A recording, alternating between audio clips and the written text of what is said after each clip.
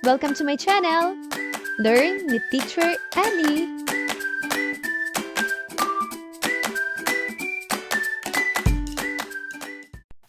Grade 2, Revised K-12 Curriculum, Quarter 4, Filipino, Week 2, Day 1. Mga layunin. Pagkatapos ng aralin, ang mga mag-aaral ay inaasahang nakikilala ang katangian ng mga tauhan at tagpuan sa binasa o pinakinggang pabula at nakabubuo ng maikling talata gamit ang payak na pangungusap na isinaayos ng may pagkasunod-sunod ng mga pangyayari. May nakapaskil na mga larawan ng hayop sa pisara. Pipili ako ng 3 mag-aaral na kukuha ng mga larawan at ibubukod-bukod ayon sa ukulang lugar na tinitirhan ng mga nabanggit na hayop. Ipapaskil sa pisara ang mga larawan ng hayop ayon sa kanilang pangkat.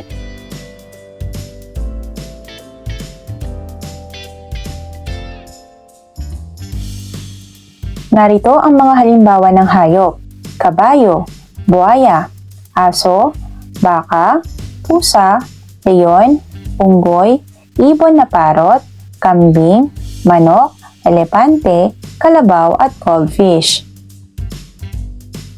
Mga bata, sa nabanggit na mga hayop, alin sa mga ito ang mas malapit sa inyong puso at bakit?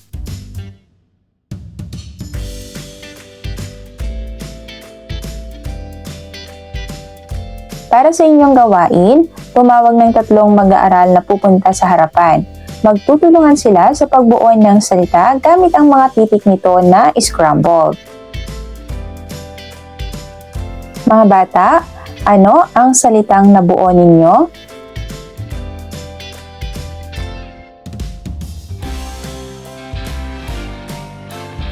Ang kwentong babasahin natin sa araw na ito ay tinatawag na pabula. Alamin ninyo kung tungkol saan ang isang pabula, sino ang mga tauhan at saan naganap ang tagpuan.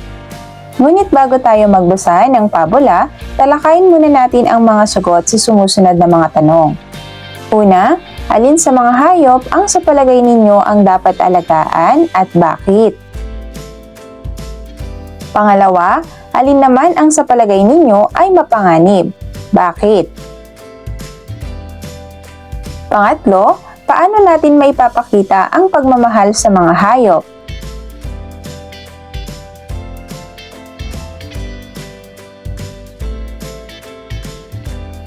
Pagtapat-tapatin ang mga salita sa hanay A sa kahulugan nito sa hanay B ayon sa gamit nito sa pangungusap.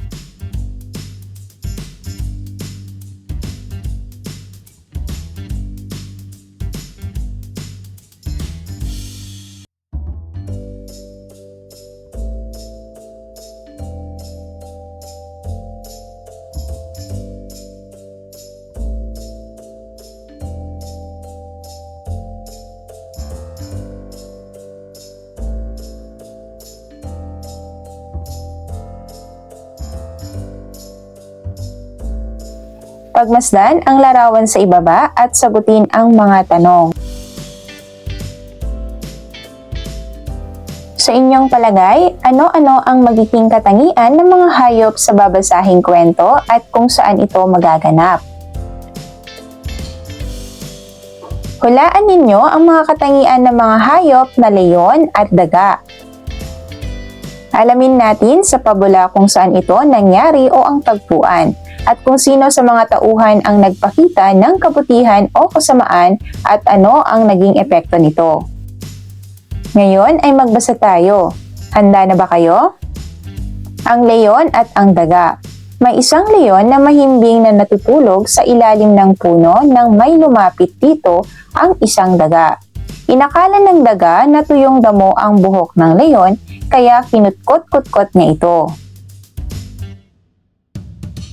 Mga bata, sino ang mga tauhan sa pabula? Bakit kinutkot-kutkot ng daga ang buhok ng leon? Nagising ang hari ng kagubatan at mabilis na tumakas at tumamba-damba na ikinahulog ng pobreng daga. Dali-daling sinakmal ng matutulis na kuko ng leon ang gumambala sa kanyang pagtulog. Patawarin ninyo ako, mahal na hari.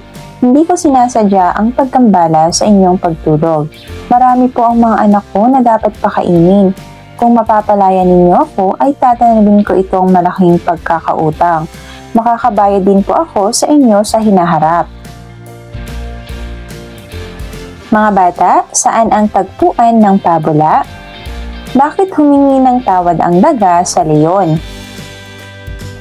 Hindi man lang ako mabubusog kung kakainin kita. Sige, makakalaya ka na. Isang araw ay makikitang paikot-ikot sa gubat ang leon. Naghahanap siya ng pagkain sa pananghalian. Nang matanawan ang nakabiting inihaw na tapa ng usa sa isang puno ng akasya, ay dali-dali itong nagtatakbo. Sa kasamaang palad, bitag pala iyon ng mga mangangaso. Nakulong sa makakapal na lubid ang hari ng kagubatan. Hindi siya makawala sa bitag. Pinilit niyang magdadamba pero napatali pati mga paa niya. Walang nagawa ang lakas ng hari.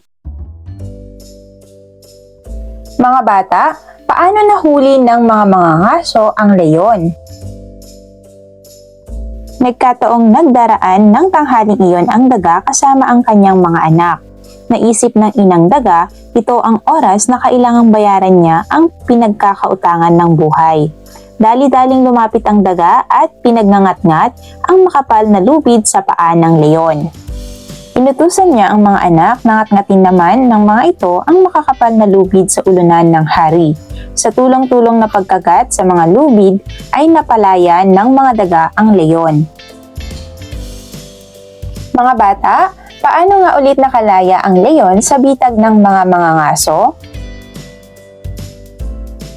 Dati-rati ay minaliit ko ang katauhan mo, pagpapakumbaba ng leon. Totoo nga pala na kung may malalaking nakakatulong sa maliliit, ay makakatulong din ang maliliit sa isang higanteng katulad ko. Naging matalik na magkaibigan ang daga at ang leon magmula noon. Ngayon, ano ang mahalagang aral ang natutunan ni Leon sa kwento? Kayo ba ay may karanasan din na may inaway na kalaro ngunit tinulungan ka pa rin niya? O ikaw ang tumulong sa iyong kaibigan?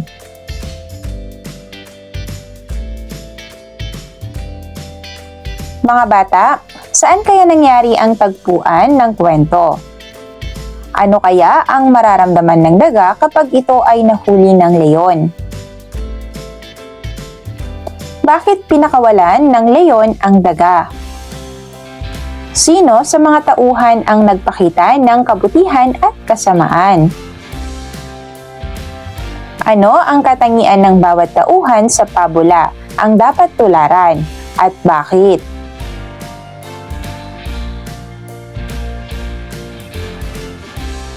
Para sa inyong gawain na paglalarawan ng mga katangian ng tauhan at tagpuan, narito ang mga panuto. Ipabasa ang mga salita. Sabihin kung sino sa leon o daga ang may mga katangiang ito.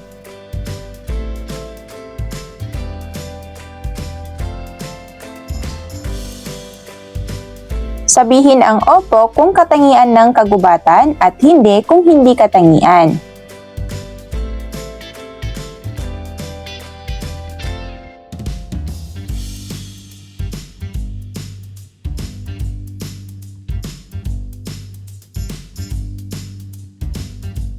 Ngayon, sagutan ang character profile checklist para sa dalawang pangunahing tauhan.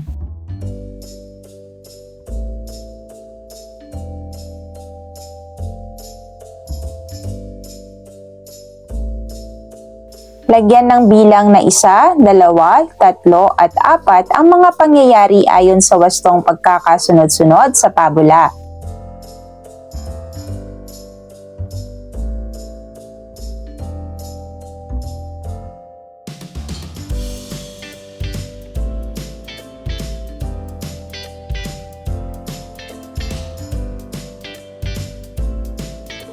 Ang mga hayop ay kabilang sa ating kapaligiran at sila ay nararapat na pangalagaan. Mga bata, sang-ayon ka ba na may mga hayop na nasa zoo o amusement park? Bakit o bakit hindi? Paano natin dapat trinatrato o inaalagaan ang mga hayop?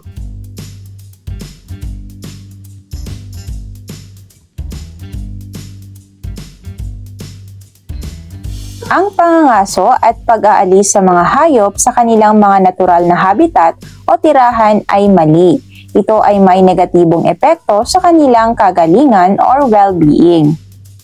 Gayun din, tulad ng mga tao, sila ay may karapatan na mamuhay ng ligtas sa ating kapaligiran, malayo sa pang-aabuso at matugunan ang kanilang mga pangangailangan.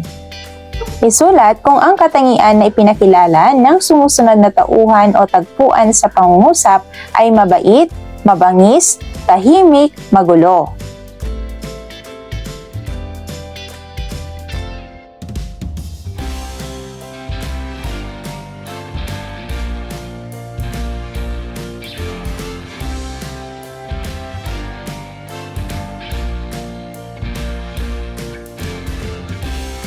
Pagmasdan ang mga larawan ng iba't ibang gawain kasama ang mga hayop.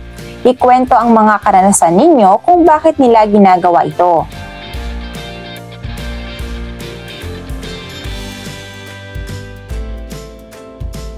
Sa inyong palagay, alin sa mga larawan ang nagpapakita ng pagmamahal sa mga alagang hayop at bakit?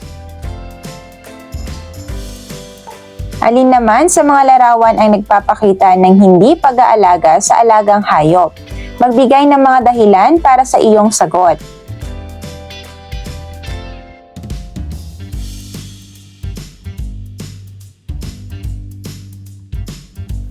Tulad ng mga tao, ang mga hayop ay may mga karapatan at pangangailangan. Ngayon, piliin ang tamang sagot.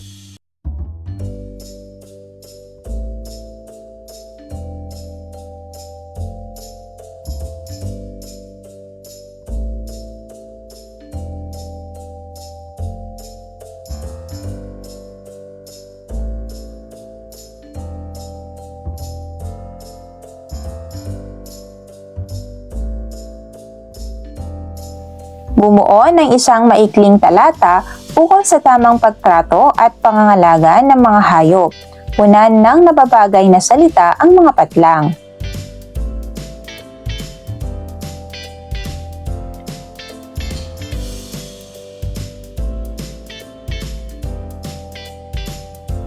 Day 5. Mga layunin.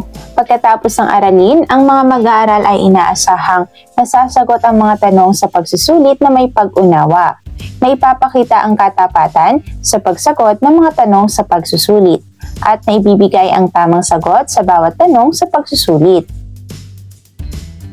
Ika-4 na markahan, unang nagumang pagsusulit sa Filipino Grade 2. Mahusay mga bata! End of Week 2. Thank you for watching! Also, don't forget to like, share, subscribe, and click the notification bell for you to be updated on our latest videos. See you on our next lesson. Goodbye!